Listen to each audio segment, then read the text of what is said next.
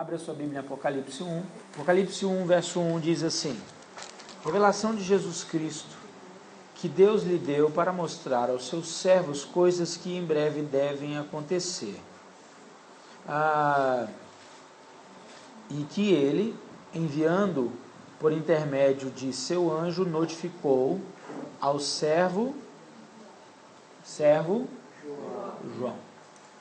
Ok, esse João aqui, existiram muitos Joãos na Bíblia. Mas nós entendemos, existem algumas bases, não é o propósito também da gente discutir, precisaria de um outro estudo para discutir se esse João é o João. Nós entendemos e acreditamos e cremos que sim, que esse João é o discípulo amado, é o discípulo mais próximo de Jesus.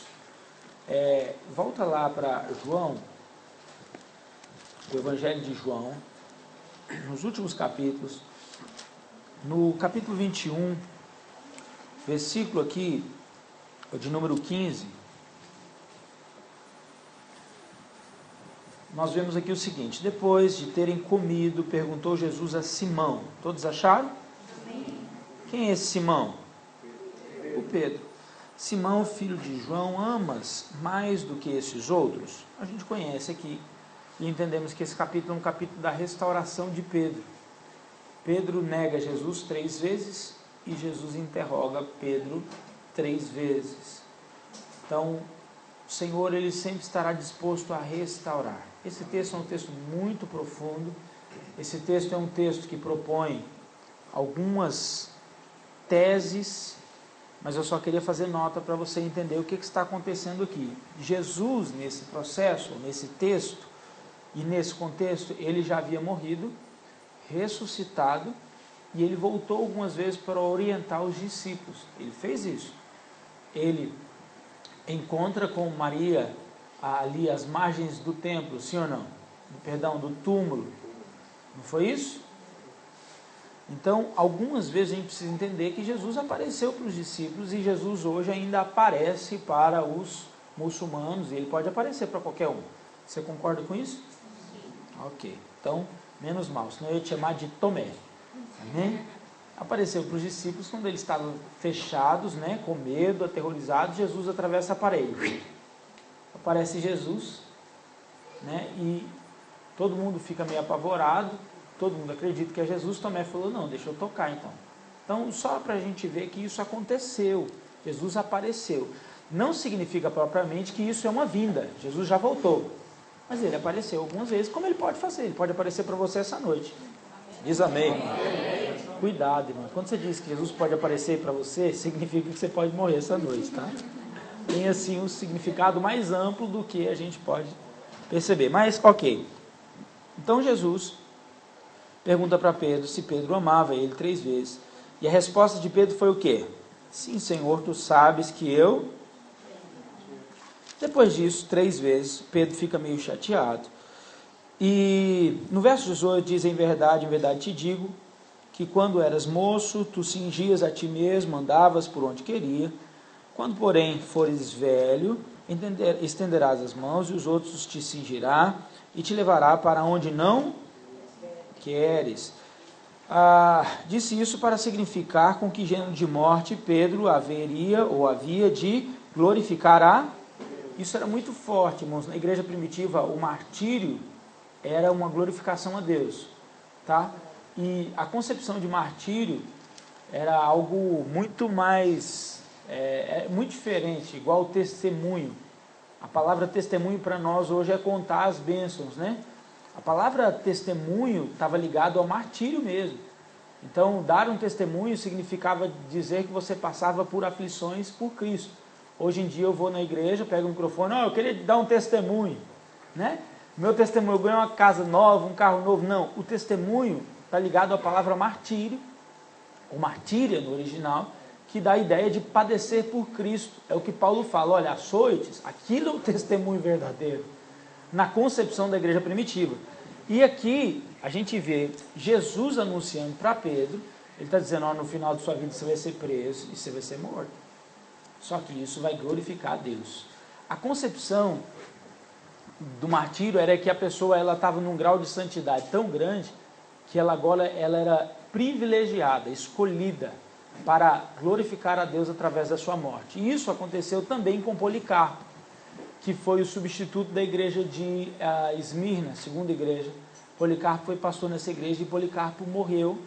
Só que antes de Policarpo ser morto, martirizado, ele fugiu 2 vezes. Depois dá uma olhada na história, você vai ver que Policarpo foge 2 vezes da morte, porque ele não se achava digno. O cara era um marco na geração dele, e ele fugiu 2 vezes. Eu já vi comentarista dizer que ele estava com medo de morrer. Não, ele não se achava digno, porque a concepção era essa, ó. Olha o comentário de João, quem está escrevendo isso aqui é João, tá? Ele diz o seguinte: então Pedro voltando-se viu, 18, significar com que gênero de morte Pedro havia de glorificar. Depois de assim falar, acrescentou: segue. Isso, Pedro, diante de Jesus. Ficou claro o que eu disse aqui? Ficou confuso, né? Ficou claro? Deixa eu só dizer, João escreveu, deixa eu refazer que eu achei que eu me perdi na frase, na conjugação da frase. Então o que nós temos aqui? Um padrão de vida que agrada a Deus, onde Pedro, ao morrer, estaria glorificando a Deus. Em resumo, Jesus estava profetizando naquele momento como os discípulos morreriam. No caso, Pedro, e mais na frente, o João. Aí, olha só, fechando Pedro, a gente já entendeu que ele disse que Pedro ia ser morto e seria preso também e glorificar a Deus com a sua morte. 20. Pedro, voltando, viu também que ia seguindo, olha lá para você ver, ia seguindo quem? O discípulo a quem Jesus amava, na revista atualizada. Como é que está na sua Bíblia? A quem Jesus amava, ou o discípulo que Jesus amava. Quem é esse discípulo que João está escrevendo, falando dele mesmo, né? Ele está falando dele, mas era a visão que os discípulos tinham. Por quê? O que aconteceu com João? Reclinou a cabeça sobre o peito de... Isso gerou muita confusão, viu, irmão? Muito ciúme. Todo mundo falou assim: poxa, eu nunca fiz isso, né? Mas João fez na última hora. Ele se aproximou de Jesus talvez mais do que qualquer um aqui nessa terra. Vamos lá. Vendo Pedro, perguntou a Jesus: e quanto a este? Verso 22. Respondeu-lhe Jesus: se eu quero, presta atenção, se eu quero que ele permaneça até que eu venha, que te importa? É uma boa resposta, né? Jesus assim era bem... Jesus olhou para o coração de Pedro, o tipo de pergunta. Eu só lembro do pastor Zé dando aula. O pastor Zé, gente, hoje é pastor. Na época ele era menos pastor, assim, sabe? Eu lembro na minha turma lá, 2002, eu fiz um intensivo em 2002. E aí, ele assim, todo dando aula, assuntos complicados, aí o irmão levantou a mão e fez uma pergunta esdrúxula. Assim, aquele tipo de pergunta sem pé e sem cabeça, sabe? Sabe quando a pessoa demora mais para introduzir a pergunta do que para perguntar? Aí o pastor Zé ficou olhando, aí ele sorriu assim, com aquele jeito dele, falou: eu quero dizer o seguinte, eu sei muito bem quando pergunta porque quer aprender, mas eu sei também muito bem quando pergunta porque quer aparecer. Entendeu, né?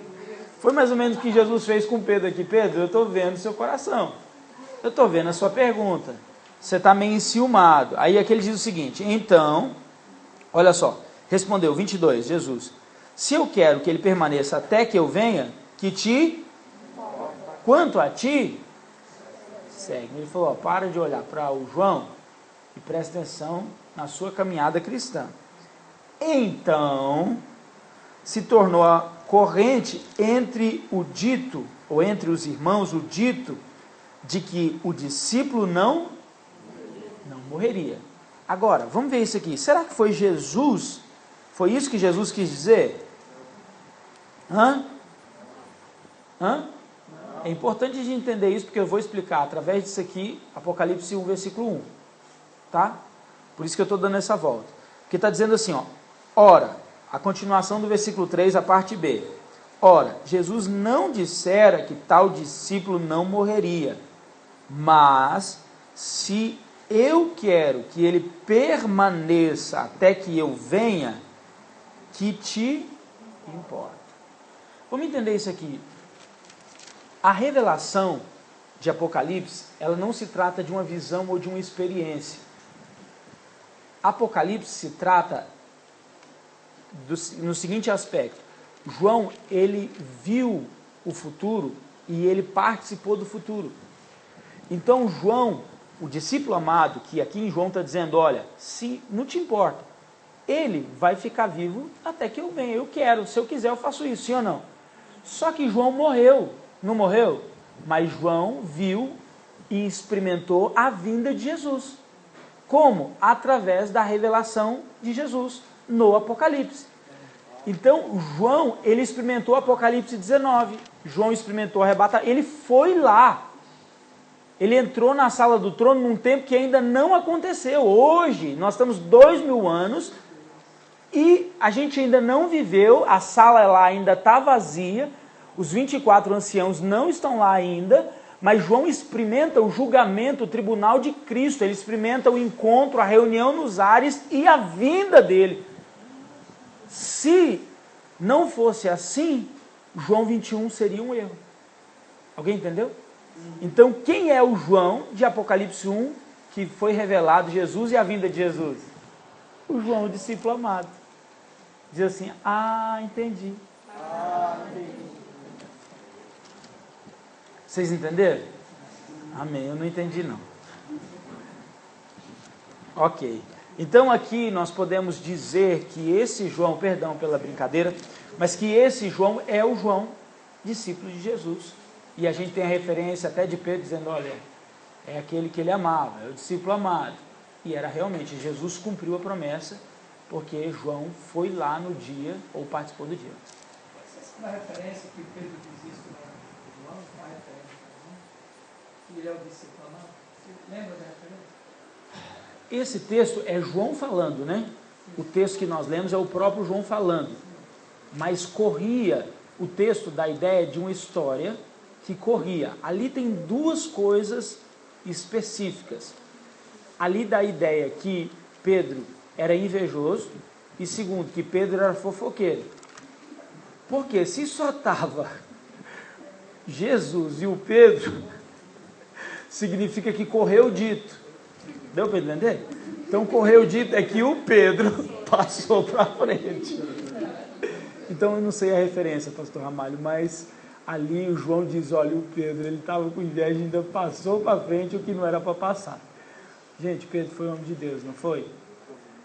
John Fox faz referência da morte de Pedro. Vocês já leram o livro de John Fox? Lê lá. Lê, é muito lindo.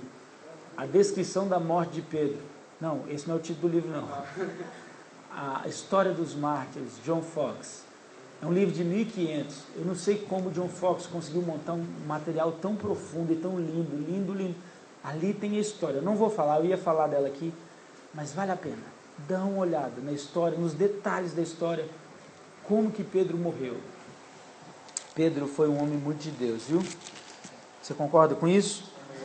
O verso 9 do capítulo 1 de Apocalipse, volta lá. Diz assim, o verso 9, Apocalipse 1. Eu, João, irmão vosso, companheiro na tribulação, no reino e na perseverança em Jesus, achei-me aonde?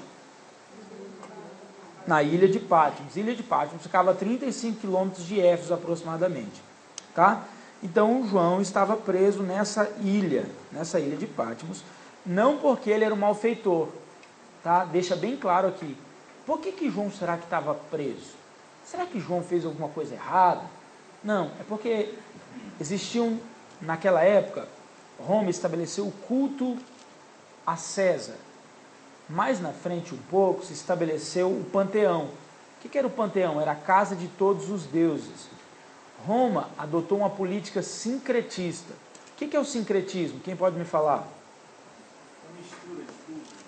Uma mistura de tudo.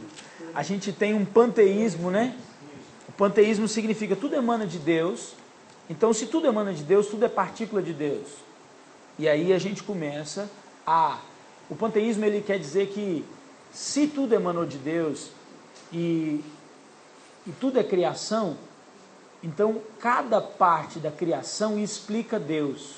Só que essa parte da criação deve ser adorada. Isso é o panteísmo somado com o sincretismo. Roma acreditava nisso. Foi daí que nasceu o hinduísmo, que a gente conhece o hinduísmo. Por exemplo, eu não vou tão profundo, mas por que na Índia adora a barata? Porque eles acreditam que a barata é uma emanação de um Deus. Então, a barata é vamos dizer na nossa linguagem cristã, é um tipo de Deus que deve ser adorado. Roma estava fazendo isso. E por quê? Porque no crescimento romano, eles estavam conquistando terras, e existem 3 coisas, irmãos, que dão problema e causam divisão: política, religião e futebol, não é isso? É isso mesmo? É? Então, Roma não tinha futebol na época, mas tinha política e religião. Então, o que eles entenderam? Para eles, mais importante do que a religião era a política. Porque por meio da política eles conseguiam dominar o povo. Então, Roma negociou seus valores e começou a expandir o império. Só que eles viram que se eles chegassem numa religião e dissessem, vai ter que converter todo mundo, ou é do nosso jeito ou não é. Rapidinho ia ter uma rebelião. Essa palavra, obrigado pastor. Ia ter uma rebelião. Aí um espaço conquistado ia ser reconquistado. Foi o que aconteceu em Jerusalém na época de José. Depois a gente fala disso. Essa era a política de Roma. Só que, como o mundo inteiro agora se tornou politeísta, por causa desse conceito, porque Roma chegava, não, nós queremos dominar a terra, ok. E a sua religião? Não, a sua religião qual que é? Ah, não, a gente adora barata. Ah, não, então a gente também adora barata. Deu para entender? Não, a gente adora... Não, a gente também. Os romanos começaram a fazer isso. O que eles foram trazendo? Todas as mazelas. Aí foi o momento que falou, vamos criar um templo para todos os deuses, que aí todo mundo vai entender que a gente serve o mesmo Deus. Isso é muito maligno. Eu detesto ecumenismo, irmão. Ecumenismo não é bíblico. Pode parecer bonito, é interessante, mas não é bíblico. Deu para entender isso? Por causa disso, eu cheguei no ponto que eu precisava aqui agora. Todos os judeus e os cristãos se tornaram inimigo do Estado. Por quê? Os judeus só aceitam Deus. Sim ou não? Mesmo sendo o Pai. E os cristãos só aceitam um Deus. Só que na cabeça do cristão, Deus são 3. Ou Deus é 3. Que é Deus Pai, Deus Filho e Deus Espírito Santo. Nós não temos um Deus trino, nós temos um Deus triuno. O que significa? Temos um só Deus. Mas esse Deus é Pai, é Filho e é Espírito Santo. Ok? Então, todas as pessoas que eram judeus atrapalhavam a política romana.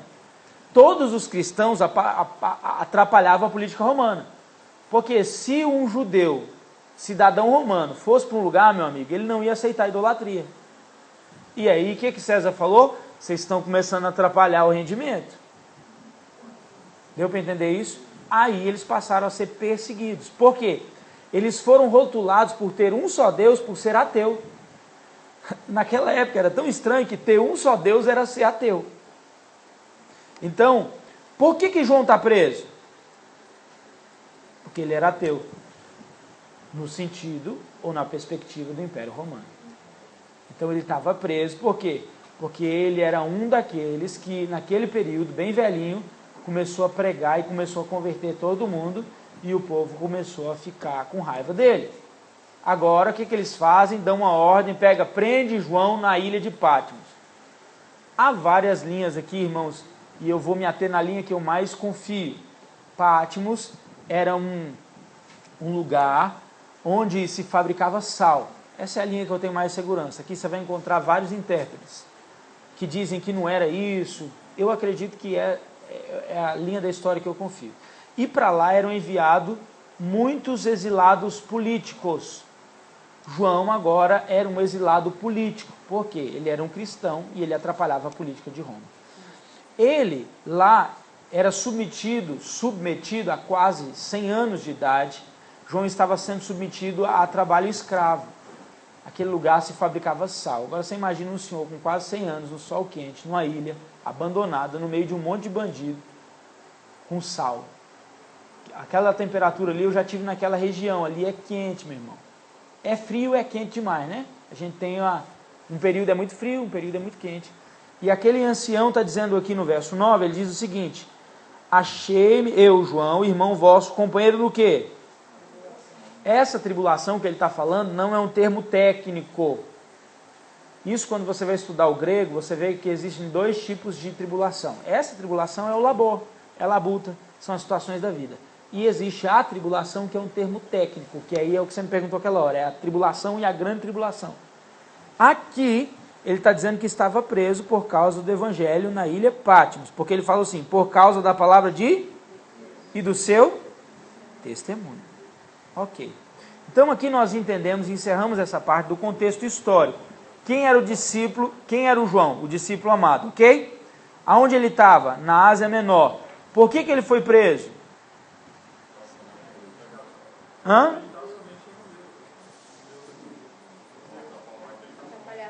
Ok, porque ele estava atrapalhando a política do Império Romano. Ficou claro isso? Ok. Então, agora a gente pode dar sequência.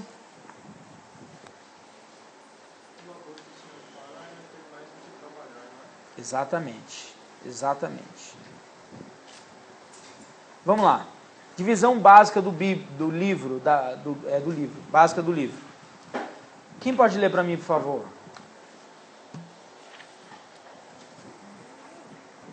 A revelação entregue ao apóstolo João aborda o passado, presente e futuro.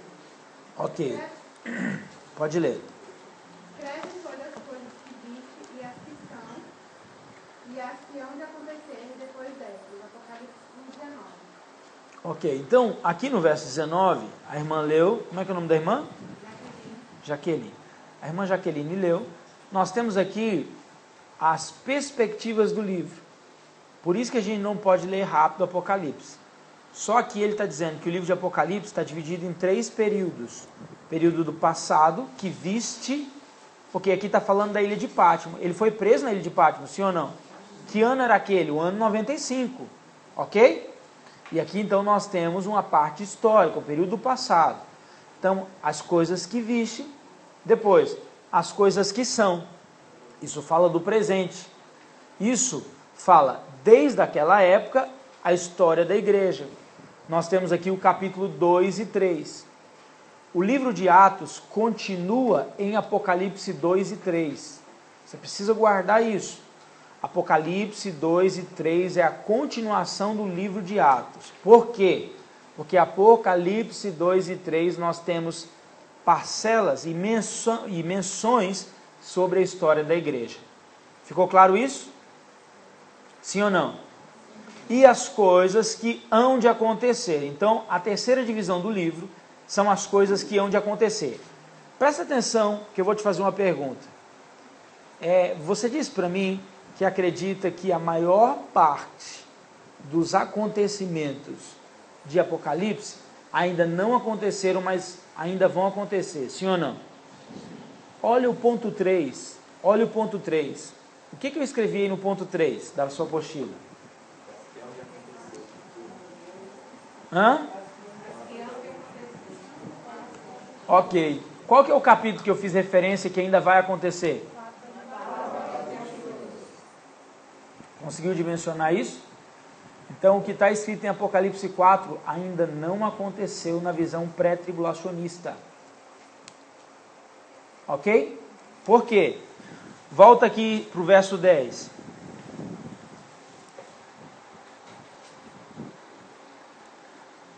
Capítulo 1, verso 10. Lê para mim. Achei-me em espírito no dia do Senhor e ouvi, por trás de mim, uma grande voz como de trombeta. Como de trombeta. Deixa eu aproveitar esse momento para estabelecer uma regra importante. Todas as vezes que você vê no Apocalipse a palavra como e semelhante, ela está apontando um símbolo. Não significa que é como. Então, todas as vezes que você vê um como, ele está dizendo que você precisa interpretar aquele símbolo. Deu para entender isso? Não é que uma trombeta tocou, pá, mas uma voz como de trombeta. Tá? E aí depois a gente vai falar disso. Mas o como está indicando em todo o livro. Se você quiser ir marcando, você vai ver o tanto de como, para você entender o que é literal e o que é símbolo. Igualmente o semelhante. Então, semelhante à voz de muitas águas. Não era, mas era semelhante. Então, a gente vai precisar entender que aquele semelhante está apontando um símbolo. É como um alarme que está tocando no livro inteiro, para você não confundir o que é literal com o que é simbólico. Pegou essa regrinha? Comentário muito importante, e aqui eu vou dar 2 comentários. O verso 10 diz: achei-me em espírito no dia do Senhor. Que dia que é o dia do Senhor? Hã? Pode falar, gente, um de cada vez. Fala o que você pensa aí. O que significa o dia do Senhor? Dia do acerto de contas. Boa. Alguém disse que é o dia do sábado.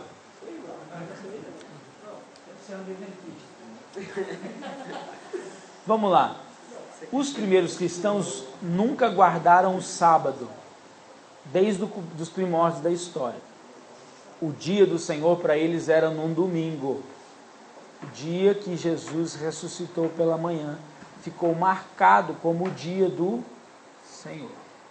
Ponto. Eu quero colocar essas 2 visões de propósito para fazer você pensar. Aqui eu quero respeitar as 2 visões. Primeiro, de que quando João estava preso, de que nesse momento ele estava se referindo que ele estava preso num domingo. Tá? É aceitável. Você não tem como ninguém provar e nem como desprovar. Desprovar é estranho, né? Reprovar. Contestar. Não tem como contestar, nem como afirmar, como alegar. Não tem como. Ninguém dizer, tem certeza, era domingo, eu estava lá. Desconfia. Mas essa expressão cabe perfeitamente como domingo. Então, se a gente for olhar num prisma histórico, com as ferramentas da interpretação, diria eu, João está se referindo que aquele dia era um domingo. Não tem problema, porque isso seguiu a igreja por muito tempo. O dia do Senhor era o domingo. Na perspectiva que hoje eu escolho guardar, é que João está fazendo menção lá de Apocalipse, de João 21. João falou assim, ó, se quiser que ele viva até o dia que eu venha, é disso aqui que ele está falando. Então ele está falando que ele estava lá na ilha, mas ele foi achado, ou ele, como é que está dizendo? Achei-me, está assim? Achei-me em espírito. Não está falando propriamente da carne. Se não está falando da carne, ele não estava no Cronos. Aqui, ó. Se está falando do Cronos, não está falando do segunda, terça, quarta, quinta, mas ele está fazendo menção ao arrebatamento da igreja. Fazendo referência ao dia da semana. Não o dia da semana, obrigado, pastor, mas ao dia do Senhor. Deu para entender? Então aqui a gente entende que ele está apontando o capítulo 4. Interessante isso aí. Tá? Nós temos alguns autores renomados que defendem essa ideia. Por isso que eu disse, respeito as 2. Tá? E depois a gente pode passar, no final tem a bibliografia de autores que acreditam nisso. Então, ok. Entendemos que o capítulo 4 até o 22 ainda vai acontecer, porque no capítulo 1 já tem menção do arrebatamento. Menção do arrebatamento. É porque a palavra achei, não é assim, estava no Bíblia. A menção do texto faz referência, eu me encontrei. Exatamente. Muito bem, pastor, comentário acrescenta. Eu vou até falar para gravar. Então, achei-me significa encontrei-me naquele dia. Muito bom. Está gravado aqui. Obrigado, pastor Ramalho, pela contribuição. Logo em seguida, a gente colocou a divisão do Apocalipse em quadros. Isso é muito importante daqui para frente. A primeira divisão que a gente fez foi uma divisão básica. Então, em Apocalipse tem passado, presente e futuro. Sim ou não? Sim. Só que agora a gente vai tentar olhar para o quadro e interpretar. Entender o quadro não significa que você absorveu toda a ideia do autor. Por exemplo, aqui tem algum quadro pintado? Você já viu o quadro de uma obra de arte? O artista vai lá e... né? É ou não é? Aí você olha e você fala assim, o que ele estava pensando quando ele fez isso? Aí você vê o cara falando, não, isso aqui é uma floresta. Por detrás da floresta tem uma sombra. Lá no fundo tem um menino. Você olha. Então a gente vai dividir em quadro. Mas é claro que a gente não vai conseguir conceber tudo. Mas a gente precisa pelo menos sair do abstrato e entender algo. É o que nós vamos fazer agora. Por isso que é importante a gente dividir em quadro. Quando pensar em quadro, pensa nesse quadro, que não está tão abstrato, mas a gente consegue ver. Mas é possível que a gente não vai conseguir o sentimento inteiro. Ok? Então, Apocalipse capítulo 1 apresenta o quê? Como é que está em letra itálica aí? Jesus glorificado. Tá? Nós vamos falar daqui a pouco sobre a relevância desse capítulo. No capítulo 2 e 3, o que a gente tem sendo apresentado nesses dois capítulos? Amém. Então nós temos a história da igreja e profético. Tá? Eu vou explicar isso melhor daqui a pouco. Capítulo 4, nós temos o quê? E o tribunal de Cristo. Então a gente tem aqui em Apocalipse 4 o trono estabelecido, o trono armado e a igreja sendo julgada. Tá? A gente chama isso de tribunal de Cristo. Ok, o capítulo 5, o que nós temos? Ok, capítulo 6 e 7. Olha lá, o capítulo 6 e 7 já apresentam o início da grande tribulação. Como alguns gostam, a tribulação e a grande tribulação. A primeira metade e a segunda metade. Ok? Vou mostrar isso para vocês depois. Capítulo 8 até o 16. Olha por que ela é grande tribulação, irmãos. A tribulação, elas são 2 capítulos. A grande tribulação, do 8 ao 16, são 8 capítulos para fazer menção da grande tribulação. Ela é grande, irmão? Ela é grande, irmão? É grande tribulação. Tá? Então vamos lá. 17 e 18, o que nós temos? Exatamente. Nós temos aqui a queda da Babilônia. E aí nós vamos entender as 3 Babilônias. A Babilônia espiritual, a Babilônia física e a Babilônia histórica. Nós vamos aprender isso aqui direitinho, nós vamos pontuar que a gente tem a ideia de Babel, Babilônia. Nós temos a ideia que seria ali a... Como é que chama aquela região? Alagada lá?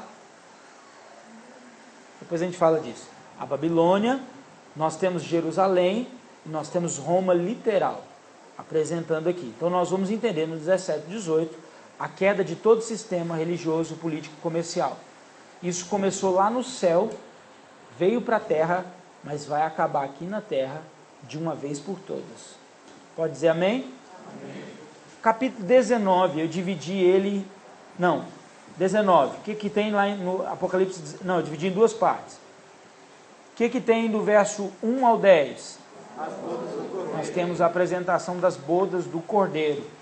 Você vai ver que isso acontece no céu. É um episódio narrado no céu. Do verso 11 até o 21, a gente tem o quê? Armagedon. Onde que acontece o Armagedon? Na terra. Viu a importância de a gente fazer pergunta? Então o casamento é no céu, a igreja volta casada com Jesus para estabelecer o milênio. E não é a igreja que estabelece o milênio, nós vamos ver isso. Porque a igreja está voltando para estabelecer com Jesus. Vamos lá, 20. O que nós temos no capítulo 20? O milênio.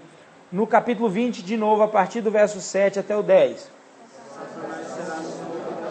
Ok, então na primeira fase, na primeira apresentação de Apocalipse 20, o milênio vai acontecer, o diabo vai estar preso.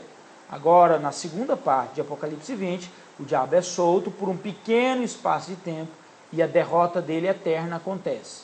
Ele vai ser derrotado, queimado eternamente. Ok? Capítulo 21 e 22, o que nós temos? O último quadro. Janela para a eternidade. Eu gosto de explicar esse aspecto, por que esse termo foi utilizado.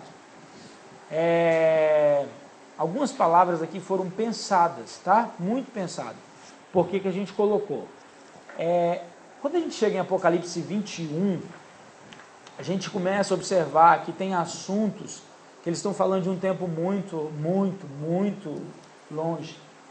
Então a gente tem uma imagem borrada do que vai acontecer. Nós não podemos dizer, não podemos afirmar muita coisa, mas a gente tem uma ideia de como vai ser. Ok?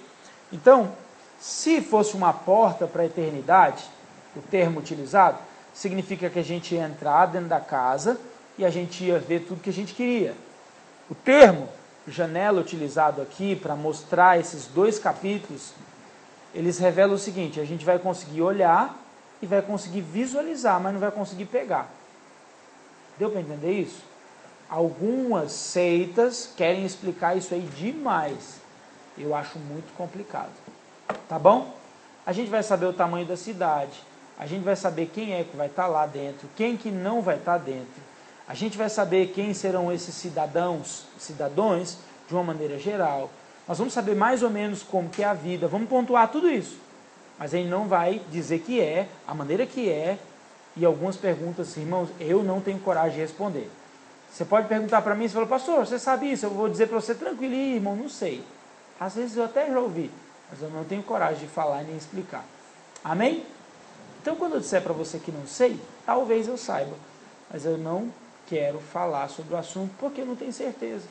Lá diz que ai daquele que tirar e aquele que acrescentar. Vamos lá, capítulo 1, quem pode ler para mim, por favor? A visão de Jesus glorificado. O autor se apresenta no primeiro verso como servo João. Apesar de haver controvérsias, entendemos que seja o autor do Evangelho e das Epístolas que ficou conhecido como o discípulo amado de Jesus. O apóstolo de Jesus endereça essa carta às 7 igrejas da Ásia. Em nossa língua de interpretação, entendemos que se trata de um recado que abrange todas as igrejas de todas as gerações. Ok, olha o que diz no 19 ali. 20, né? Deixa eu só ver aqui, peraí.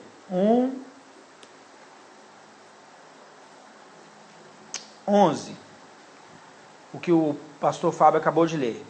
Apocalipse 1:11 diz assim: o que vês escreve num livro e manda para onde? Manda para onde? As 7 igrejas. Que igrejas são essas?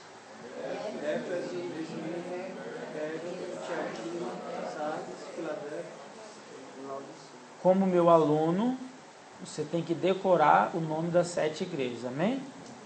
Até o final do curso, decora isso aí. Vamos lá? Éfeso, Esmirna, Pérgamo,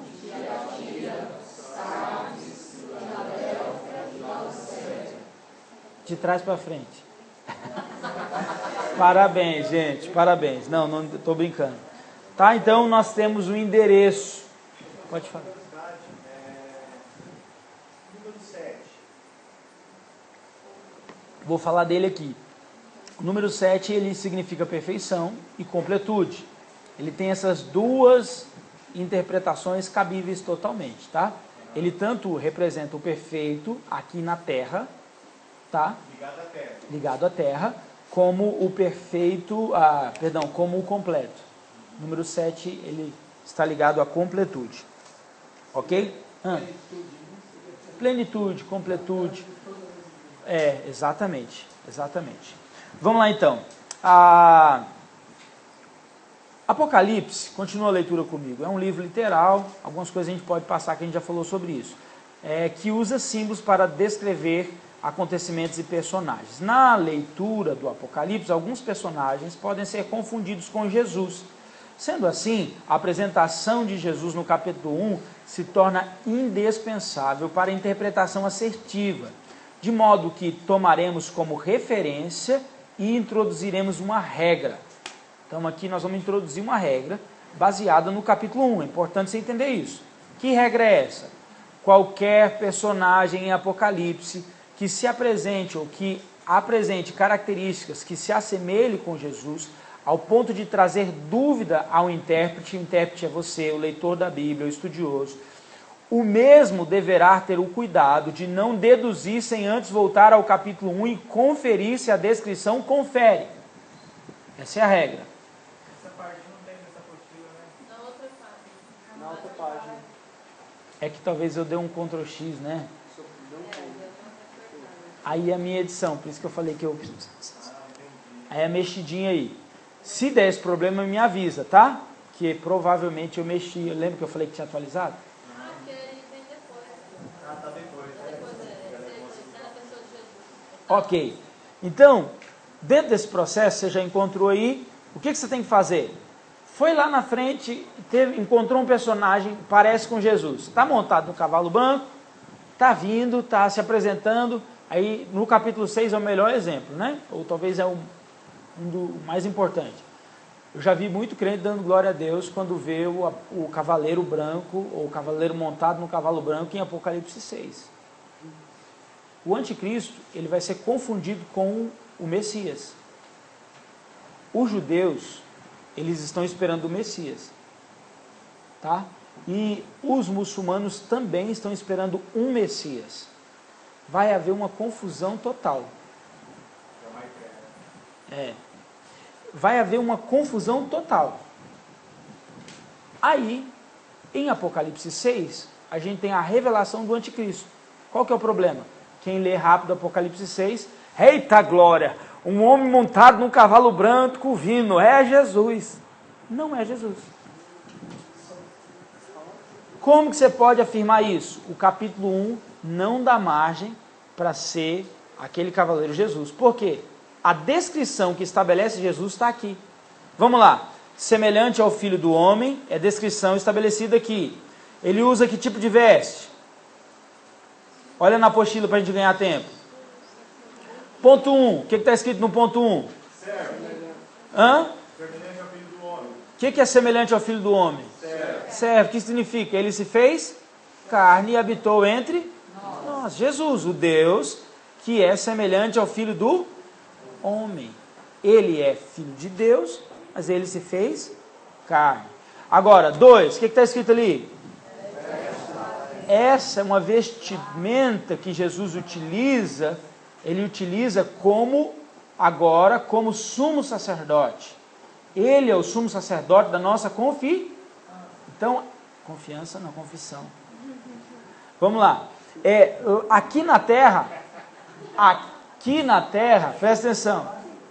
Aqui na terra, o pastor José, no livro Ação da Cruz 1, vou fazer o comentário do pastor José, tá? Ele diz que Jesus, ao entrar no Jordão para ser batizado por João Batista, ele tira a sandália.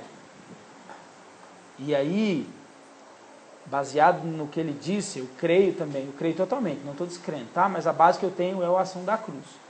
Agora, o pastor José tem outras fontes, ele é muito mais profundo, para dizer de onde que saiu esse comentário. A minha base é a citação do texto dele.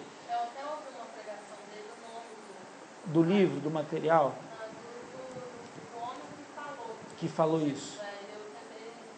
Depois eu vou ver com ele. Eu sempre fico para perguntar isso, mas nunca dá tempo. a gente lê o livro, Então a gente precisa de uma citação, mas eu vou conseguir ela até para eu me sentir mais confortável. Mas eu acredito. Porque, segundo o comentário do pastor José, quando ele entra no batismo, ele teve que tirar a sandália para entrar, sim ou não? Mas quando ele sai, ele diz que ele não calça mais a sandália. Isso é aceitável se a gente olhar na perspectiva do Evangelho de Marcos. Porque Marcos apresenta Jesus como servo. E o servo, irmãos, nos nossos dias, essa palavra, como eu disse, assim como a palavra Senhor está deturpada, a palavra servo está corrompida. Porque servo significa escravo. Escravo. Então, o Evangelho de Marcos apresenta Jesus como escravo. E não como servo do Altíssimo. Porque hoje sou assim, né? Que não sou servo. Não, era escravo. E presta atenção, todo escravo andava descalço. Então, se Marcos conseguiu apresentar Jesus como escravo, é bem possível que Jesus tenha tirado a sandália naquele dia e nunca mais calçou. E isso causou muito escândalo e desconforto. Porque como agora o Senhor está andando descalço? E a proposta de Senhor era o César, era o grande imperador. Agora, o Senhor dos Senhores está andando no meio das prostitutas e ele está descalço. Isso foi um choque muito grande. Então, a expressão Filho do Homem identifica que ele é Deus, mas que ele também veio em carne. Ok?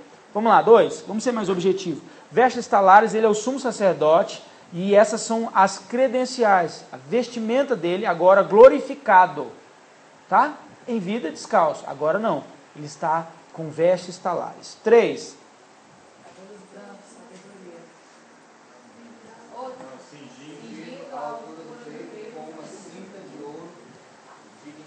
Isso é símbolo de dignidade, né? É essa cinta, ou cingido à altura do peito com a cinta de ouro, caráter, fala de dignidade. 4. Sabedoria. Agora, dá continuação, vamos todo mundo junto, animação, todo mundo. 5. Vestibular, vamos lá. É vestibular, não é? Foi igual o bingo aí, quem falou isso aí? Vai lá. Olhos como? Ok, 6.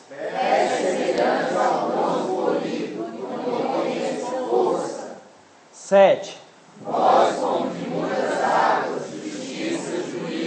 Isso aí é a voz de muitas águas, entendeu? Todos ao mesmo tempo falando essa expressão. Tá bonito, 8. Na mão direita, 7 estrelas, sabedoria. Ok, 9. Da sua boca sai uma espada afiada de 2 gumes. Verdade.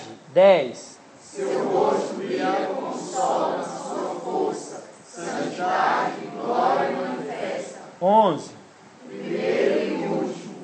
Romanos 11, 33 ao 36. Eterno e imortal. Glória a Deus. 12. Tinha chave da morte e do inferno. Domínio desde lá. Agora pode dar um glória a Deus? Glória a Deus. Aleluia. Aplauda o Senhor Jesus, todo mundo aí. Dá um aplauso para Jesus. Glória ao teu nome, Senhor. Glória ao teu nome. Glória ao teu nome. Glória ao teu nome. Então, se você encontrar com Jesus hoje, talvez você não vai ver alguém que você esperava ver. Não repreende, amém, irmão? Tem gente que eu quero ver Jesus. Aí sai aqui no mato aqui, vê um ser, olhos como chamas de fogo. Ai, meu Deus! Tá... Não, é Jesus. Cabelo branquinho. Pode falar, pastor. Assim, detalhe que eu achei importante, eu nunca tinha observado. São 12. Fala do governo dele agora espiritual.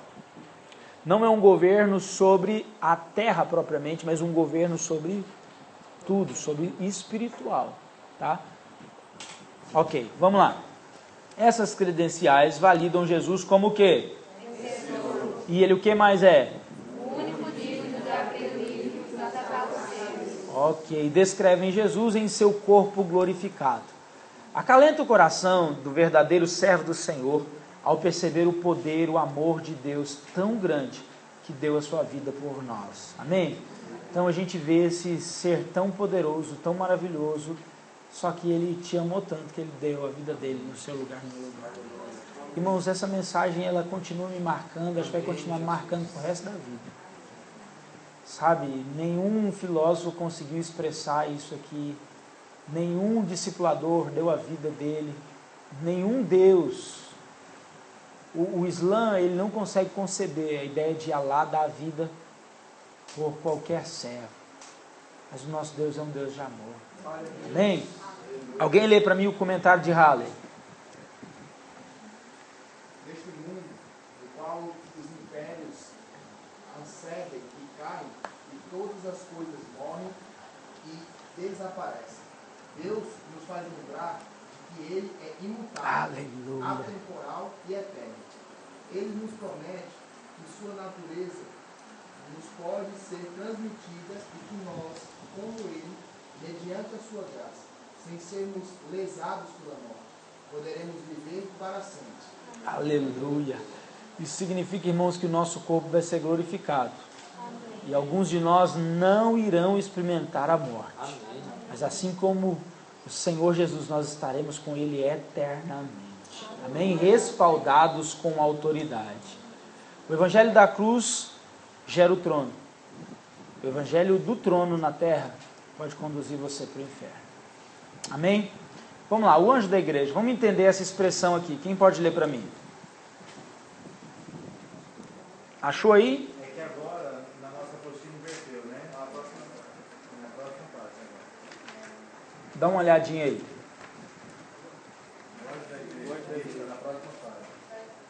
Estamos acabando essa parte, acho que vai acabar as edições que eu fiz. Vamos lá. Um aspecto importante, achou?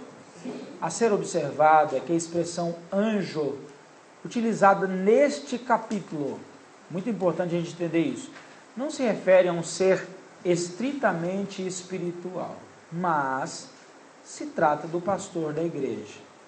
A palavra significa enviado ou mensageiro. No caso aqui de Deus, isto é, o pastor de cada igreja local. Então, nós entendemos hoje que essa expressão anjo está ligada ao mensageiro. Quem é o mensageiro de um corpo local? Pastor. Então, o pastor é aquele anjo da igreja que, no significado mais simples, pode significar esse mensageiro. E aqui nós temos essa aplicação para os pastores da igreja. A igreja não está dividida, a igreja é uma.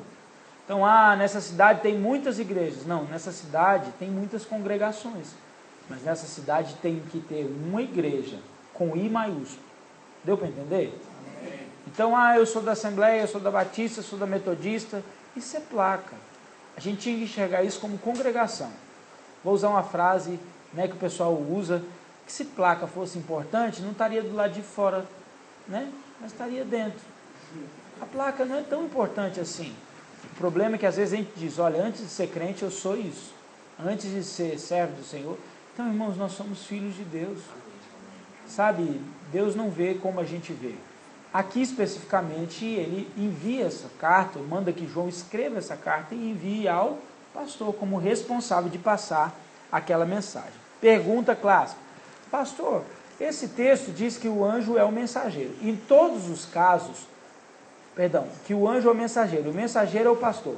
Em todos os casos, então, o anjo, quando aparecer a expressão anjo, vai ser o pastor? Quem pode me responder essa pergunta? Não. A gente tem que olhar cuidadosamente. Por exemplo, lá em Daniel, a gente vê um homem que aparece para Daniel. Aquele homem pode ser. Obrigado, pastor. Jonas, Sim, senhor, pastor. Deixa eu só... Uma coisa que eu tenho entendimento, visão, é que essa coisa de divisão de várias congregações, eu gostei da expressão, e não de várias igrejas, mas de várias congregações, a gente vê um prenúncio disso em Israel, com relação às tribos. Israel é um só povo, de um só Deus. Tem várias tribos e cada tribo com o seu anjo, ou seja, com o seu líder, a quem a tribo se reportava, se dirigia, obedecia. Então eu vejo isso como um prenúncio de como se moveria a igreja de Jesus Cristo quando ela fosse estabelecida aqui na terra. Então eu vejo dificuldade nenhuma em entender acerca das congregações, até porque nós somos comparados a Israel como o povo de Deus. Israel como nação escolhida e nós como povo eleito.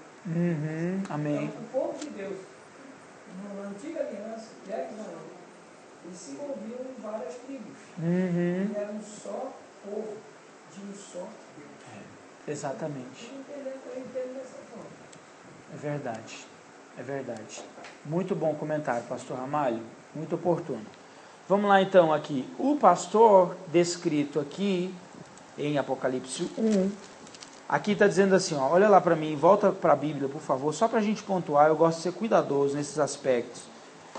Diz o seguinte, o verso de número 20, quanto ao mistério das 7 estrelas que viste, na minha mão direita, e aos 7 candeeiros de ouro, quem são as 7 estrelas? Os anjos da igreja. Quem são esses anjos da igreja? Os pastores. E quem são os 7 candeeiros? As igrejas. Então fica bem claro, a Bíblia aqui está explicando a Bíblia, então fica tão simples quando a gente lê com esse cuidado, que ele está dizendo, as estrelas são os anjos. No caso, pela tradução, a gente chega a esse acordo de que são os pastores. E que os candeeiros, aquele símbolo, ele já está sendo explicado, ele é a igreja. Agora, deixa eu ampliar um pouquinho, que eu acho que não está na revista, mas está no livro, não está na apostila, mas está no livro. Eu fiz um comentário seguinte no livro, que é a extensão desse material. Por que a igreja é comparada com um candeeiro de ouro? Quais as características da igreja do candeeiro? O candeeiro é o candelabro. Todo mundo sabe o que é o candeeiro? O que é um candelabro? É aquele, objeto de iluminar, como uma lâmpada antiga, né? E ele tem 7 hastes. Tem o de 9 hastes também, né? E o que faz com que o fogo permaneça ali naquele lugar? Azeite. Qual que é a função do candeeiro? Iluminar. E o que o fogo significa? É através dele que existe a luz. Exatamente, a manifestação da santidade.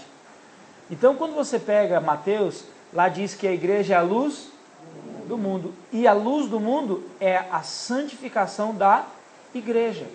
Porque, irmãos, a igreja ela precisa ser diferente do mundo. E lá diz que eu preciso ser diferente do mundo para que o mundo reconheça que Jesus é. Então, qual que é a função da igreja? Ser a luz do mundo. Aí a gente consegue entender por que João compara a igreja ao candeeiro. Porque a igreja só se move se o óleo do Espírito Santo estiver dentro dela. Aleluia. Só tem fogo na igreja se o Espírito Santo estiver se movendo dentro dela, para que ela brilhe a luz em meio às trevas. Diga para o seu irmão, amém? Glória a Deus, irmãos. Sabe, eu me apaixono pela profundeza da profecia.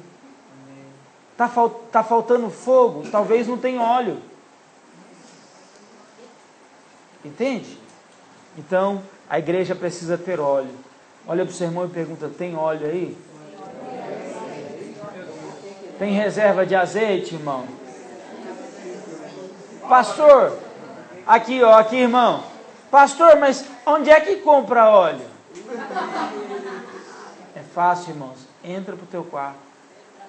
Fecha a porta. Fica lá. E o óleo vai vir. Só que quando o óleo vier, presta atenção, deixa eu profetizar sobre a sua vida. O óleo vai vir. O óleo vai vir. Em nome de Jesus. Só que quando tiver o óleo, o próximo elemento é fogo. E sabe o que é o melhor? Se tiver óleo e tiver fogo, o fogo arderá continuamente sobre o óleo e não se apagará. Amém? Quem recebe diz amém. Amém. Glória a Deus, glória a Deus. Aleluia. Eu amo Jesus, e você? Amém. Cartas às igrejas. Vamos lá? Carta às igrejas. Achou aí?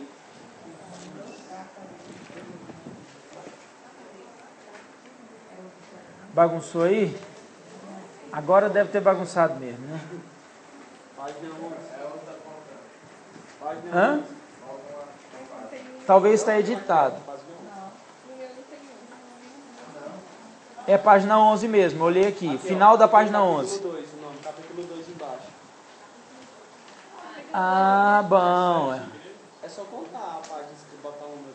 É, gente, eu acho que eu fiz o seguinte, ó. Na hora de editar, eu coloquei só cartas às igrejas e tirei porque era capítulo 2 e 3. Aí eu tirei, perdão, tá? Achou aí cartas às igrejas? Pronto, pronto. Vê se acha um quadrinho escrito assim, ó. Esse tem que ter em todo mundo. A história da igreja, a continuação do livro de Atos. Achou? Vamos lá, então acompanha no quadro para a gente não perder tempo, porque a gente não tem muito tempo. Vamos lá? Em Apocalipse 2 e 3, ouça que eu vou... Aqui, se você não achar, ouça que é mais importante. Em Apocalipse 2 e 3, nota-se um padrão estabelecido para a igreja, construído por meio de orientações, exortações e elogios.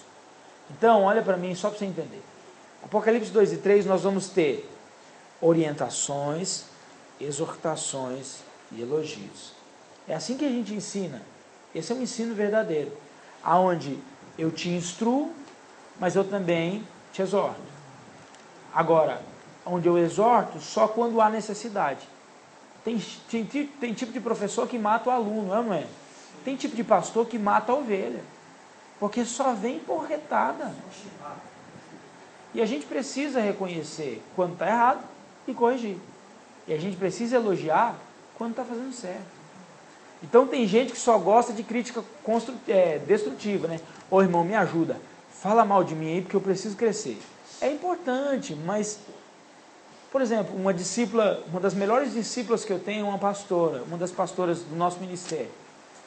Ela é uma pessoa muito alinhada, uma pessoa muito de Deus, uma pessoa que tem problemas, tem dificuldades. Essa semana ela me procurou pelo WhatsApp, pastor, me ajuda. Eu quero que o senhor me dê um relatório esse ano de novo. Ela sempre me procura. Mas eu quero que o senhor realmente faça uma análise assim. E eu fui sincero, eu fui orar, eu falei, olha, eu vou te dar depois. E aí fiz uma avaliação dela, de pontos. Essa irmã está comigo há 10 anos. Então, assim, talvez ela está errada até por ter aprendido do que eu penso, do que eu gosto. Mas eu não tenho como julgar isso. Mas ela é uma pessoa tão serva, tão alinhada, com um discurso tão maduro, que ela é uma das pessoas que trabalha hoje com aconselhamento da nossa igreja, que eu posso descansar, eu posso confiar. Ela pastoreia outras pastoras, ela ajuda. E o meu relatório para ela foi, olha, você está bem. Você é uma pessoa que, se eu mandar para a sua malha, você vai. Se eu pedir para você fazer, você substitui. Então, ela é uma pessoa muito, muito, muito de Deus. E aqui a gente precisa aprender isso. Tem igreja que vai ser exortada e vai aprender. Tem igreja que vai ser honrada e está mostrando que o evangelho é verdadeiro. Aqui a gente tem um ensino prático através da vida de outros irmãos que já viveram e também para todas as igrejas, ok? As claras ficam as recompensas para aqueles que forem fiéis. A expressão as claras ficou um pouco erudito, mas fica visível, evidente, aparente, as recompensas para todos aqueles que forem fiéis e perseverarem até o fim. As 7 cartas têm uma amplitude bem maior do que aquela que o leitor despercebido possa se ater. Deixa eu melhorar esse texto. Pois temos 3 prismas diferentes. Vamos lá, isso é importante, todo comentário que eu precisava fazer se resume nesses 3 pontos. Diga comigo, prático, perpétuo e profético. Deixa eu resumir para a gente ganhar tempo. O prático é o quê? É o sentido literal, levando em consideração até mesmo a geografia. O que significa? Éfeso existiu? Sim. Havia uma igreja em Éfeso? Sim. Uma carta física foi levada a Éfeso? Sim. Sim. Como, irmão? Eu não vou julgar. Aí tem uma ideia de um correio persa, e aí iam 7, aí um ia ficando e tal. Tudo é válido. Mas o que é importante a gente entender? Que ele abrange o ponto de vista prático. Aquela carta foi escrita e ela foi literalmente até aquela igreja. Você consegue absorver isso? Esse é o sentido prático. Segundo sentido, perpétuo. A mesma mensagem é um instrumento para todas. Todas as, em todos os, levando em consideração o número 7. Foi o que o pastor Fábio colocou. Pastor, o que é o número 7? Completude, plenitude, todas as igrejas. Então, na perspectiva perpétua, significa que não foi só para Éfeso, como alguns querem dizer. Então, falam, não, aquela carta era só para Éfeso, não serve para mais nada. Irmão, isso é perigoso, porque a carta de Éfeso serve para mim hoje. Sim ou não? O que tem de forte? Qual que é a repreensão forte para a igreja em Éfeso? Volta ao primeiro amor. Será que isso não serve para mim hoje? Então eu não posso ser tão histórico, tão erudito, não, eu só acredito na história. Então Éfeso já passou. Cuidado! Porque além do sentido prático, que seria o histórico, a gente tem o sentido também perpétuo para todas as igrejas, ok? E não exatamente, aplicação pessoal, pastor Amado. Ok, e não somente perpétuo e prático, mas também profético. Por que a expressão profética foi utilizada? As 7 igrejas estão agrupadas e organizadas em períodos. Alguns rejeitam essa interpretação. Eu gosto de ser franco. Eu acredito nessa interpretação também. E ela é muito válida, principalmente quando você vê o início da igreja e a última fase da igreja. Eu consigo ver, irmãos, em Éfeso, eu consigo ver características da igreja primitiva. Sim ou não? Você consegue ver o primeiro século, a igreja de Pedro, a igreja de Paulo, até o ano 70? É visível. Aquela igreja tinha que ir aos povos não alcançados e não foi. Ela deixou o primeiro amor. Eles começaram a reunir os apóstolos, não vamos ficar por aqui mesmo. Aí Jesus vem e dispersa todo mundo. Aí em Esmirna, todo mundo prega o evangelho no mundo inteiro. Aí ele diz, olha, você é fraca. Por quê? Porque não havia um templo. Mas eles estavam espalhados no mundo inteiro. Eles nem sabiam quantos cristãos eram, não tinha número, não tinha estatística, não tinha nada. E Esmirna diz, olha, você olha para você e se vê fraca. Mas eu estou aqui do alto olhando e vocês são fortes. Então, glória a Deus, irmão. Glória a Deus. Então, há sim um contexto profético. Século I, Esmirna. Do final do século I até o século III, Esmirna. Em Éfeso, o século I. Do século III em diante, até o século, a gente vai ver isso aqui detalhadamente, Pérgamo, daí, e assim por diante. Isso é o profético. Então, prático, literal, geográfico, ok? Perpétuo, aplicação pessoal. Serve para tudo, todos, em todos os tempos. Profético, em cada geração foi dito ou estabelecido um recado.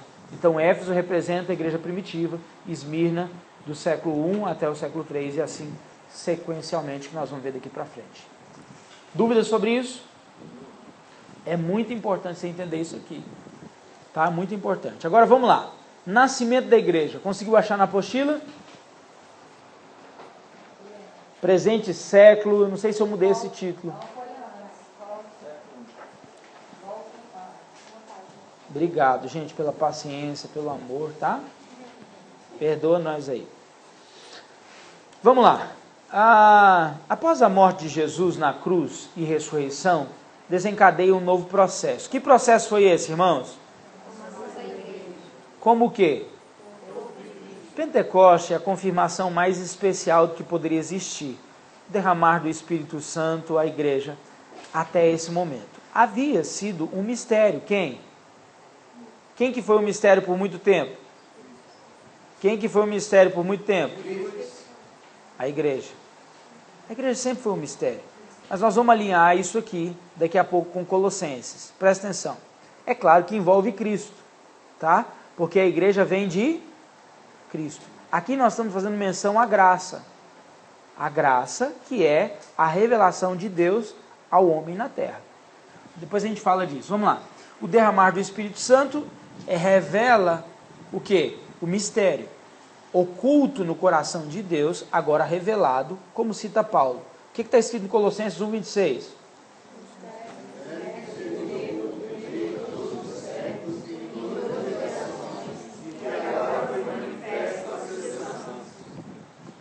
Ok, então aqui a gente tem Jesus se manifestando ao mundo e a partir dele o nascimento da igreja. Os judeus rejeitaram a salvação oferecida por Deus por intermédio de Jesus. Você concorda com essa afirmação?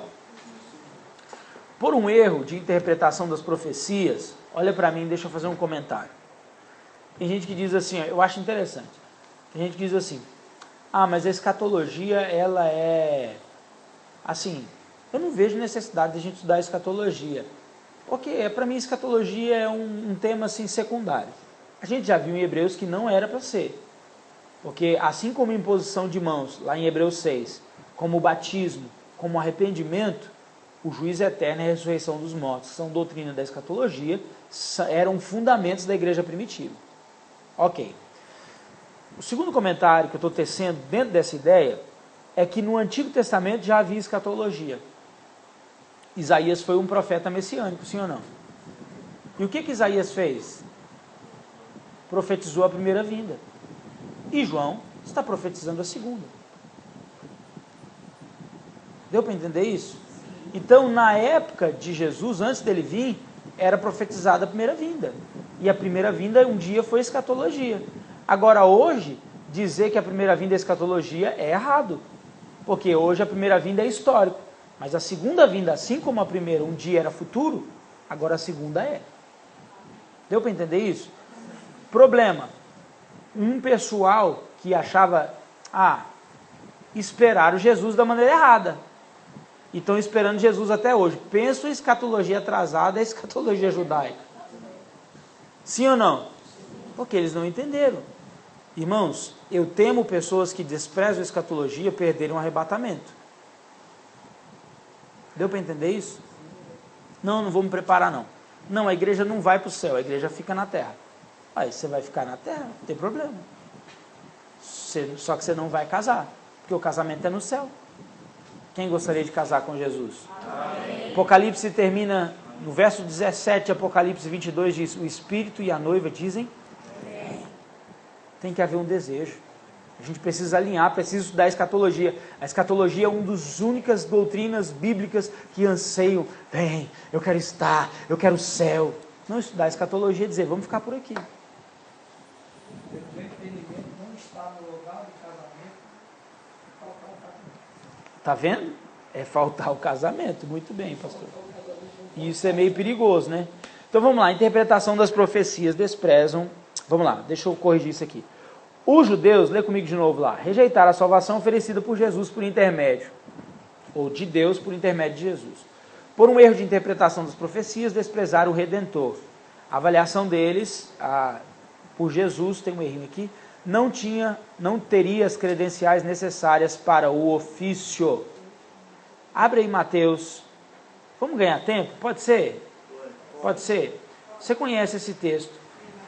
Ok? Mateus 12. Os judeus cercam Jesus. Jesus está curando, expulsando demônios. Os judeus, por vaidade, eles olham para o ministério de Jesus crescendo na terra e diz, olha, esse mover aí não vem do Pai. Deixa eu dizer para vocês que estão vendo tudo isso aqui, ó. Esse mover aí é de demônio. E eu vou dizer para vocês mais. É do maioral dos demônios, que é o Beelzebul. Aqui, a gente tem, irmãos, o que eu chamo e considero como blasfêmia contra o Espírito Santo. O único pecado na Bíblia que não tem perdão é a blasfêmia contra o Espírito Santo. Então, nesse processo, conscientemente, saduceus, helenistas, fariseus e tantas outras castas do judaísmo rejeitaram Jesus. O povo rejeitou Jesus. Porque, irmãos, todo remédio bom parece que ele tem um gosto ruim, não tem? Antibiótico tem gosto docinho, bonzinho? Não tem. Tem um gosto ruim. Aí agora a gente está na época das cápsulas, né? Tudo é cápsula e a gente não sente o gosto. Agora abre aquela cápsula e come aquele pozinho lá para você ver, que delícia. É amargo. Pega um comprimido desse e mastiga, sente o gosto. É muito ruim. Irmãos, eu não vou dizer que todo remédio tem um gosto ruim, mas na perspectiva bíblica, o remédio para a humanidade é o arrependimento. E dizer que arrependimento é docinho é mentira. Só que o arrependimento, ele torna mais amargo quando ele tem que ser precedido, antes dele tem que vir a humilhação. E humilhação, irmãos, é mais amargo ainda. Por quê? Porque eu tenho que dizer que eu estava errado. Os judeus, eles rejeitaram Jesus porque eles olharam para ele na perspectiva humana e eles tiveram que dizer, a minha escatologia estava errada. Jesus não vem como rei, ele é aquele que veio do ventre de um casamento duvidoso. Eu estou pontuando de uma maneira muito prática, para você entender que era amargo. Se uma moça engravida hoje, adolescente, pensa num casalzinho de 14 anos, 15 anos de idade, que a moça engravida, você imagina, fica bom para o rapaz? E para a moça? Se hoje, 2017 anos depois, não está fácil, você imagina naquela época. Deixa eu pegar, na cultura judaica, obrigado, oriental. Agora, você imagina dizer que você já viu um fariseu assim pessoalmente? Eu já. Pensa um pouco orgulhoso, dá um shalom para ele, para você ver, eu já fiz isso. Como na época de Jesus, eles ficam nas esquinas, fazendo as orações deles, todos vestidos ali, sabe, um orgulho. Eu passei uma vez e falei, shalom, nem tive resposta. Sabe por quê? A gente, para eles, não é povo, a gente é uma raça qualquer. Agora você imagina naquela época, um fariseu ter que dizer que o filho do Zé, o carpinteiro, que na época todo mundo sabia que eles fugiram. Na verdade, José foge para guardar a honra. Porque hoje, se a sua filha de 14 anos aparecer em casa e dizer que foi engravidada do Espírito Santo, você acredita? Eu gosto de jogar limpo, irmão, para ver que era amargo o remédio. Só que Deus planejou assim, porque Deus precisava quebrar aquele povo. Só que como Adão se justificou, agora o povo judeu se justifica. Deus não planejou a condenação, Ele planejou a restauração.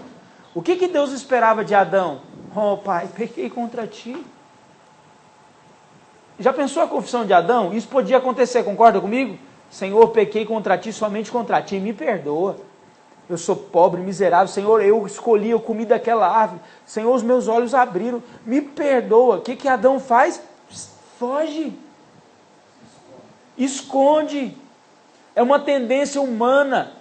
Ele não queria mostrar que estava errado, ele não queria voltar atrás. Muitas pessoas aqui que estão me ouvindo, nós precisamos vigiar muito, porque quando a gente erra, irmãos, a gente tem que dizer, errei, pequei, porque esse é o remédio. Só que a Bíblia diz que Deus resiste ao soberbo, mas a Bíblia também diz que Deus, Ele trata com graça aquele que se arrepende, aquele que se humilha. Deus, Ele resiste ao soberbo, mas Ele honra, Ele sabe honrar aquele que se arrepende. Irmãos, a nossa maturidade espiritual não está em nunca errarmos. Não, eu nunca erro.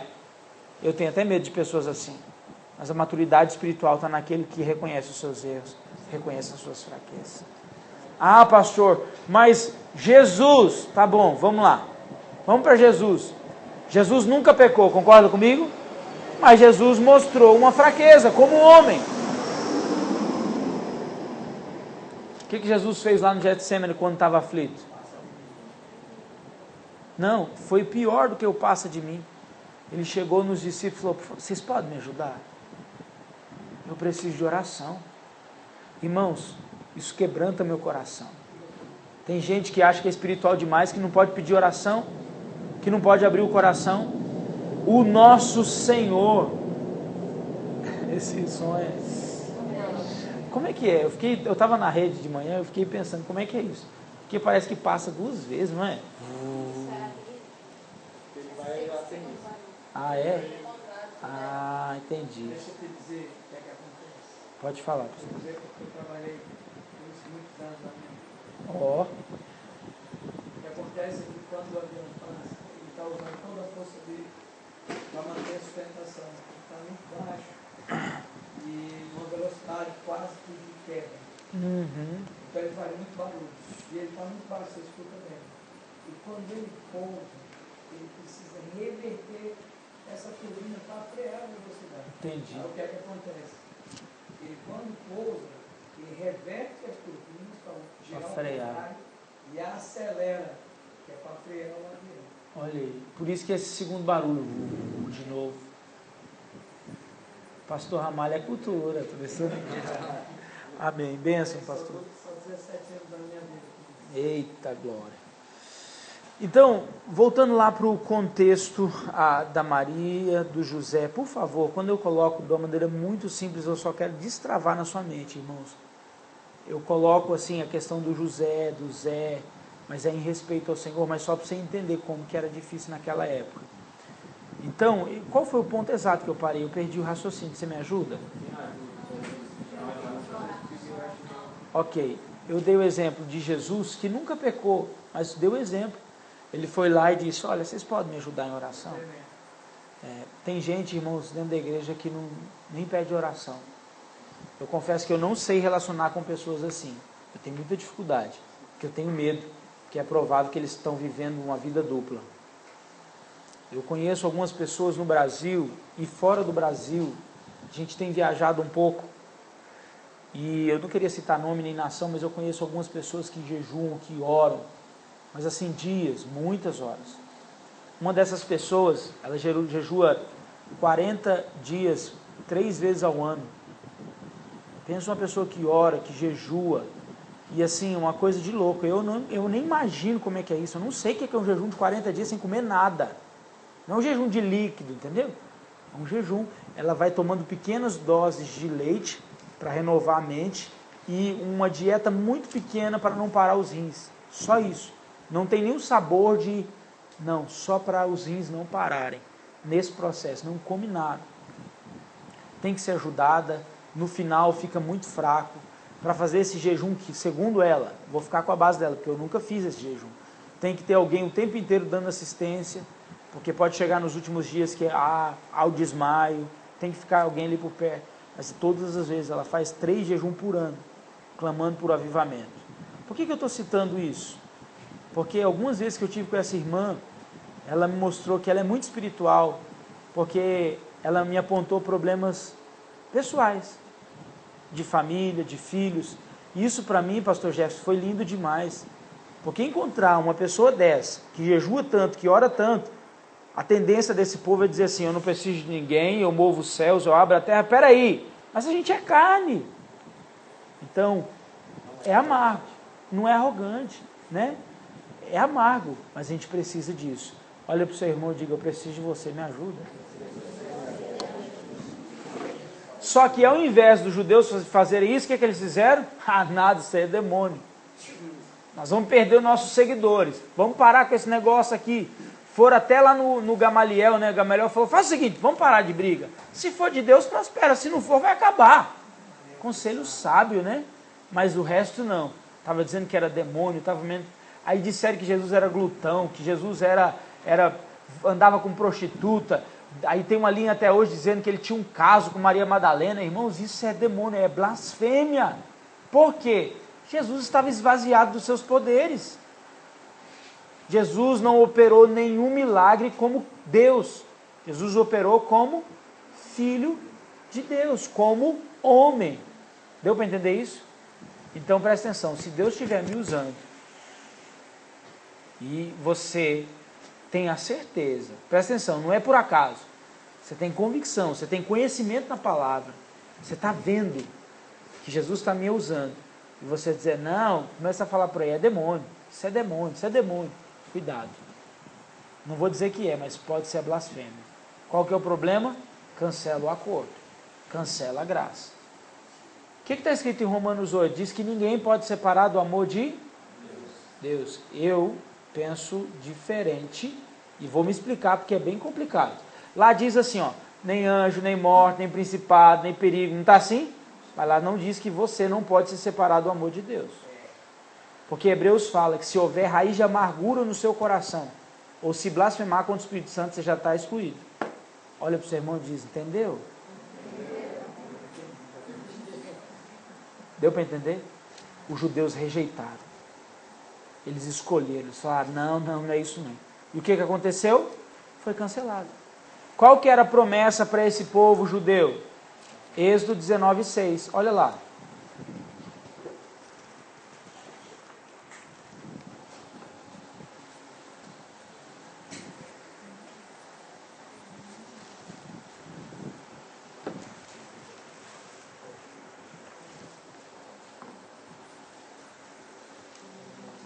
O que está escrito aí?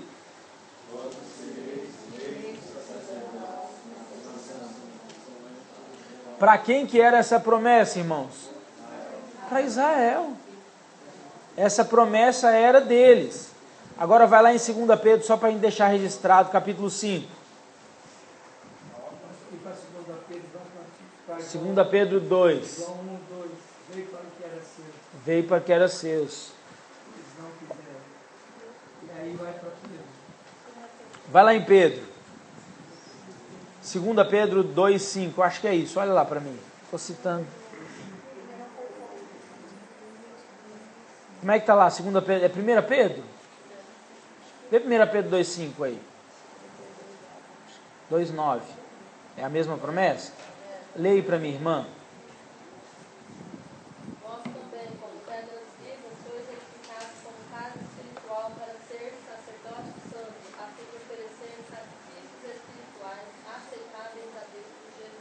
Amém. Então agora é por meio de Jesus. Então quem que herdou a promessa de ser a tribo sacerdotal? Nós, a igreja. Por quê?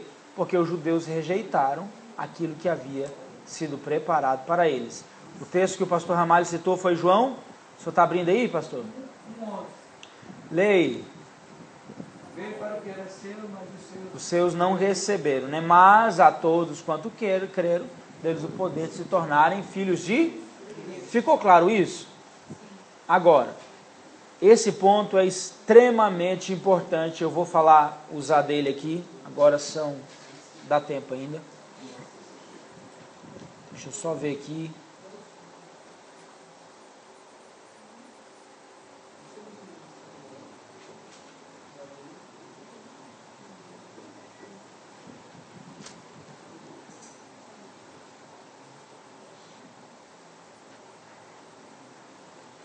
Só para confirmar, para eu ter uma ideia aqui até onde eu tenho que ir. Olha, irmãos, nós vamos terminar mais cedo. Que benção. Alguém quer ir embora mais cedo hoje? Descansar um pouquinho, né? Vamos descansar um pouquinho, amanhã a gente volta. Mas vamos terminar esse assunto, porque está certinho, está no ponto aqui agora, ó. Porque se eu entrar na próxima aula, não dá. É muito grande a próxima aula. Vamos lá. Mais 10 minutos a gente termina aqui, tá? Então vamos lá. Onde que eu parei?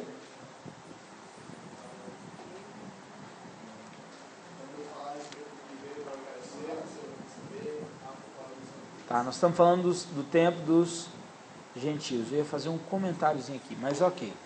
Então, vamos ler lá, tempo dos gentios. Deus provou o seu amor. Achou aí? Achou na apostila? Ali, ó.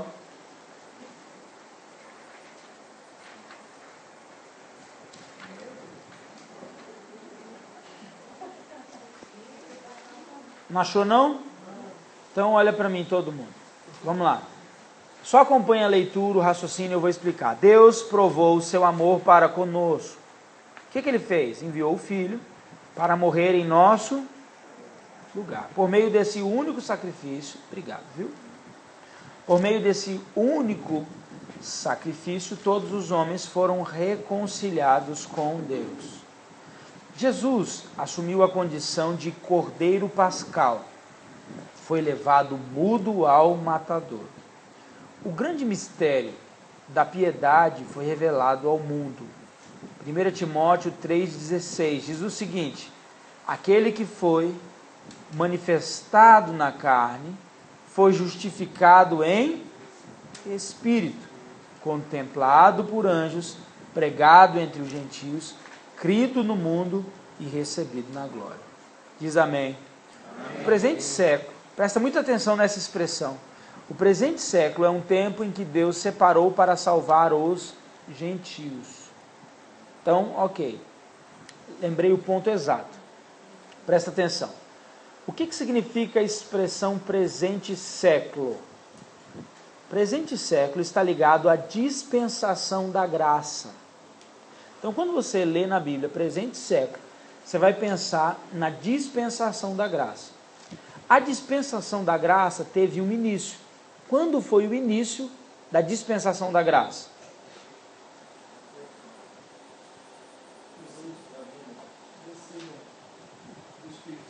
A descida do Espírito Santo. Porque aí nasce essa geração eleita, essa nação escolhida, esse povo propriedade exclusiva de Deus, que é a igreja. Ok? Então o Espírito Santo, ao descer, se começa agora um período determinado por Deus, que nós chamamos de presente século. Quando ele vai acabar? Com o arrebatamento. Ok? Com o arrebatamento acaba essa conta. Quando que vai ser esse arrebatamento? Não sabemos. Por isso que é a graça. Por isso que é chamado de presente século. Então, desde o nascimento da igreja até o momento que Deus decidir levar a igreja, nós estamos vivendo a dispensação da graça. O presente século ou tempo dos gentios. Todo mundo para a gente fixar. Diga comigo, presente século, dispensação da graça, e tempo dos gentios. Deus, de alguma maneira, irmãos, Ele está salvando agora etíopes, Ele está salvando muçulmanos, Ele está salvando em cada nação pessoas. Pessoas estão sendo alcançadas, alguns estão sendo alcançados de maneira sobrenatural, pelo poder das nossas orações. Você crê nisso? Amém. Ah, como eu creio, como eu creio. Eu acabei de ler um livro, na verdade eu li metade do livro, não consegui terminar porque eu perdi esse livro. Eu detesto perder livro. Mas eu perdi esse livro, não estou encontrando. Ele fala sobre os quartos da casa do Islã. O vento sopra sobre a casa do Islã. Mais ou menos assim, o título dele. Ele conta um processo de conversão de muçulmanos no mundo. Irmãos, aonde a gente não está conseguindo ir, mesmo assim, estão convertendo pessoas. Lá na Somália agora, o pastor José esteve lá. E lá está encontrando cristãos. E o número dos cristãos está aumentando. Lá eles não se chamam de cristãos. Eles têm um outro nome, se eu não me engano, é comunidade, é um negócio bem de comunidade, né? O pastor Zé falou na aula, né? E está crescendo esse número, no mundo todo, no Afeganistão, em outros países, as pessoas estão se convertendo, Jesus está aparecendo para elas, Jesus quer salvar as nações da terra. E ele escolheu esse período para salvar os seus. Agora um povo que não era passou a ser povo.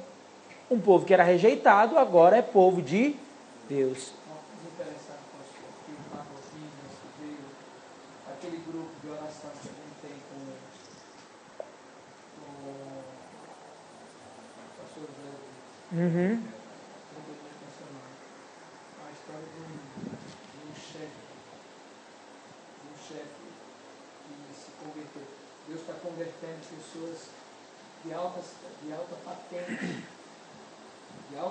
se convertendo. Ele liberou pastores que estavam presos. Ele recebeu uma visita de Jesus. Aleluia, glória a Deus. Ele se converteu e liberou pastores que estavam no corredor da morte. Amém. Eu creio nisso, pastor. Como eu creio? Eu creio. Então, é isso aí. Um vento. Você é rápido, hein? Como é que é aí? Ele achou o livro. Vou ter que comprar. Um vento na casa do Islã. É esse livro mesmo. É muito bom. É um livro de pesquisa. Não é um livro fácil de ler, mas é um livro muito bom, muito bom. Ok. Presta atenção. Só que tem um probleminha. Tem um pequeno, grande problema que muita gente não entende na escatologia e se perde aqui. Dentro de um dos atributos de Deus, que são vários, tá? Deus se manifesta, se revela, não através do rato, da barata, da vaca, como o panteísmo sugere. Mas Deus se revela através dos seus atributos. Deus se dá a conhecer, é claro, por meio da natureza. Mas quando eu olho para a natureza, eu vejo a grandeza de Deus, sim ou não? A soberania, a gente vê a onisciência, a onipresença. Então, através desses atributos, eu posso conhecer a Deus, ou reconhecer quem Ele é. Deus se apresenta por meio dos seus atributos. Deus é bom? É justo? É amor? Só que tem um problema. Ele é imutável. Esse, para mim, é um dos atributos mais complicados. Porque a palavra dele não pode voltar. E aqui é um ponto importante. Se você entender isso, você vai entender 50% da escatologia agora. Presta muita atenção. Quando Deus, ele, através do pecado dos judeus, dizerem, olha, nós rejeitamos a oferta, nós rejeitamos o sacrifício de Jesus, nós rejeitamos o Cordeiro, eles rejeitaram a graça.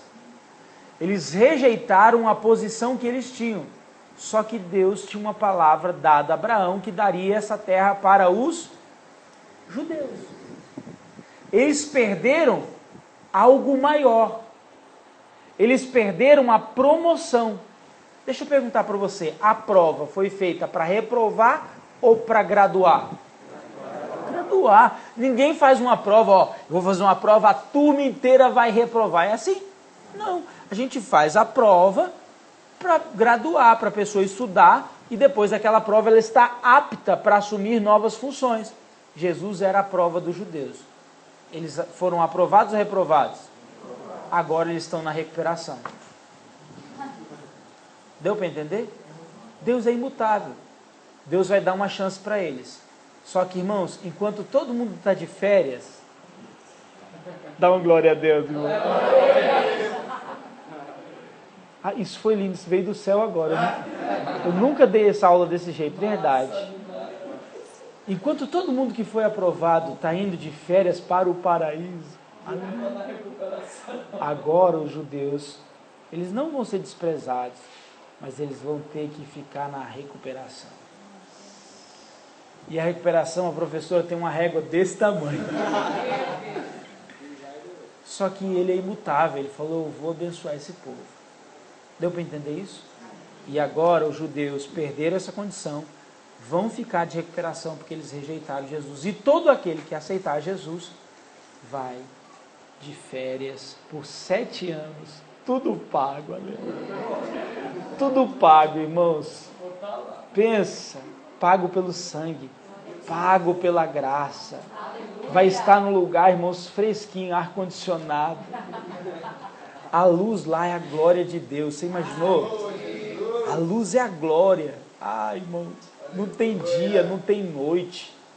É lindo demais. Amém? Então, o tempo que você tem é agora. Agora, como Deus é imutável, aquele que rejeitar vai ficar aqui e o judeu vai ficar aqui. Porque ele não pode mudar. Ele não pode dizer, acabou, judeu nunca mais. Ele não pode fazer isso. Porque ele prometeu lá atrás para Abraão. Ficou claro isso? Então vamos lá. O presente século é o tempo que Deus separou para salvar os gentios, formar a igreja o seu corpo. Hoje, todo aquele que crê e confessa os seus pecados tem a remissão dos pecados. Sim ou não? O que está escrito lá em 1 João 1,9? 1 João 1,9. Se confessarmos os nossos pecados, Ele é fiel e justo para nos perdoar de todo pecado e de toda Então esse é o momento, irmãos, presta atenção. Se você não tiver confessado os seus pecados, você não sobe. É simples. Se Jesus voltar, quem vai ficar contente? Ninguém, né? Vocês estão espertos, né? A Bíblia denomina esse período como graça. O que eu quero que vocês fixem só agora? Os judeus, eles foram reprovados porque eles não se arrependeram e rejeitaram Jesus. Diga amém. Segundo, é sinônimo, expressões teológicas, presente século, dispensação da graça e tempo dos gentios. Ok?